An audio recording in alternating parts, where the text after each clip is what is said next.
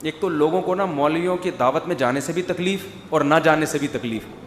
مولوی گارڈ رکھے اس سے بھی ان کو تکلیف ہوتی ہے, گارڈ نہ رکھے اس سے بھی تکلیف, گاڑی رکھو اس سے بھی تکلیف, رکشے میں جا رہا ہے, چنچی میں جا رہا ہے, اس پہ بھی ان کو تکلیف ہوتی ہے.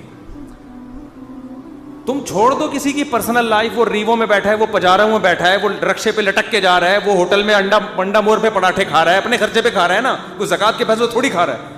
میں انڈا مور پہ پراٹھا کھا رہا ہوں, لگے رہے 3 بیویاں ہو کے بھی پراٹھے کہاں کھا رہے ہیں.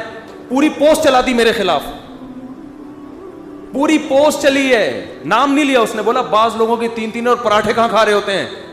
یعنی گھر پہ اتنا بھی کنٹرول نہیں ہے کہ گھر میں ان کو عزت کے ساتھ ناشتہ مل جائے. بدتمیزی کی انتہا ہے یار.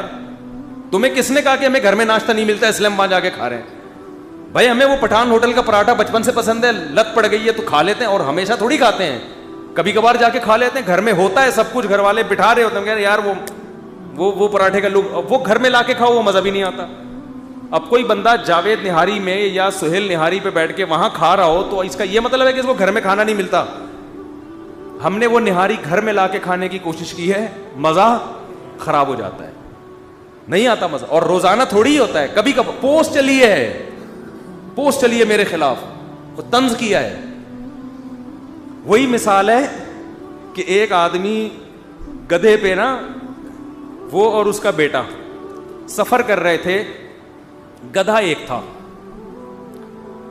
تو بیٹے نے کہا ابا آپ بیٹھ جائیں گدھے پہ, میں پیدل چلتا ہوں. ظاہر ہے باپ کا احترام, ابا گدھے پہ بیٹھ گئے. تھوڑا سا آگے گئے, لوگوں نے کہا دیکھو باپ ہونے کا ناجائز فائدہ اٹھا رہے ہیں.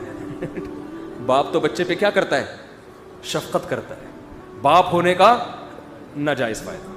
بیٹا بیچارہ, اس نے کہا تو بیٹھ جا بیٹا, میں نیچے اتر جاتا ہوں. بیٹے کو گدھے پہ بٹھایا, خود نیچے. اب گدھے کو لے کے جا رہے ہیں, لوگوں نے کہا ابھی سے بے ادب بنا رہے اپنی اولاد کو, ابھی سے کیا بنا رہے ہیں؟ بے ادب. اس کو باپ بنایا ہوا ہے, خود اس کا بیٹا بنا. تو یہی بچے پھر بڑے ہو کر باپ کے گریبان میں ہاتھ پکڑتے ہیں, پھر یہ روتے پیٹتے ہیں. اس نے کہا یار دونوں بیٹھ جاتے ہیں. دونوں بیٹھے, لوگوں نے کہا گدھا ایک ہے, ڈبل بندہ چڑھا ہوا ہے اس کے اوپر, بے زبان جانور ہے, وہ بیچارہ کچھ بول نہیں سکتا, اس کی بے زبانی سے ناجائز فائدہ اٹھایا جا رہا ہے. انہوں نے کہا دونوں اتر جاتے ہیں, گدھا بھی پیدل, دونوں بھی. لوگوں نے کہا ان سے بڑا بے وقوف ہم نے دنیا میں کہیں نہیں دیکھا. سواری موجود ہے پھر بھی کم بخت دونوں پیدل جا رہے ہیں. یہ حال ساس کرتی ہے کس کے ساتھ؟ بہو کے ساتھ. وہ ساسیں جو میرا بیان نہیں سن رہی. یہ حال مقتدی کرتے ہیں مسجد کے امام کے ساتھ. یہ ہوتا ہے, ہر چیز الٹی لگتی ہے.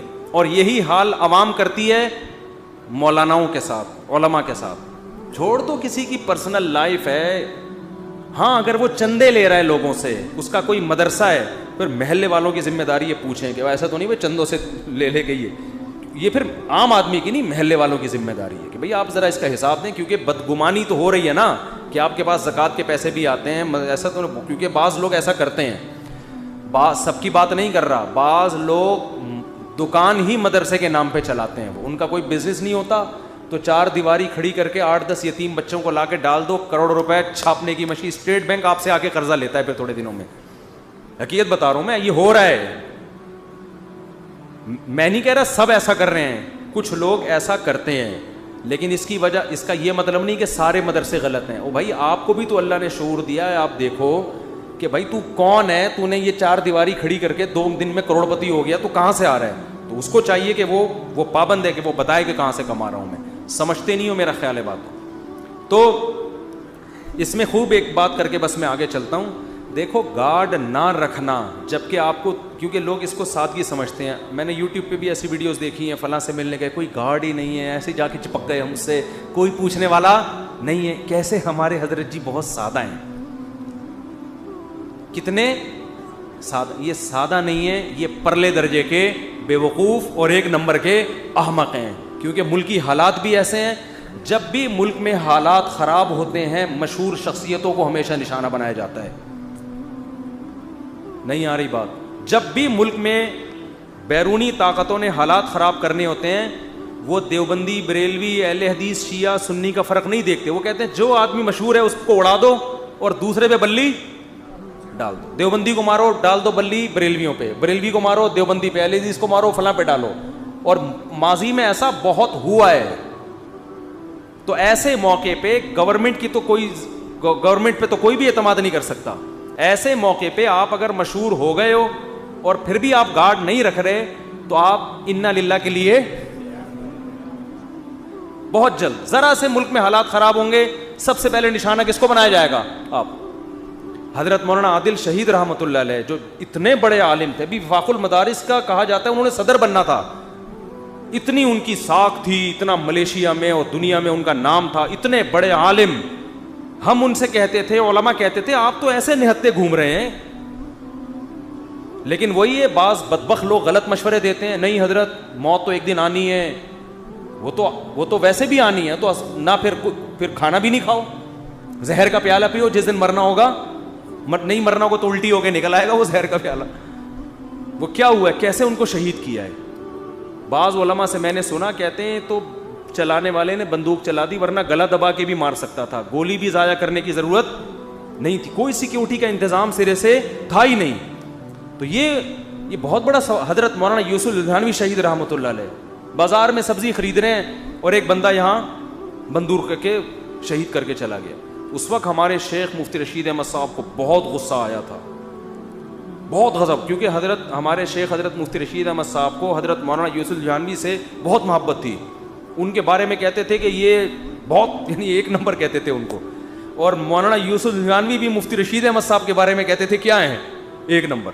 بلکہ مولانا یوسف لدھیانوی نے یہاں تک کہا کہ جو مفتی رشید احمد صاحب کی پوری اتباع کرے گا نا, میں اس کے بارے میں غالب گمان رکھتا ہوں کہ وہ جنتی ہے.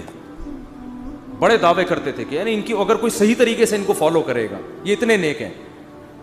تو جب گلی میں چل رہے ہیں, کوئی یہاں بندوق رکھی, شہید کر کے چلا گیا.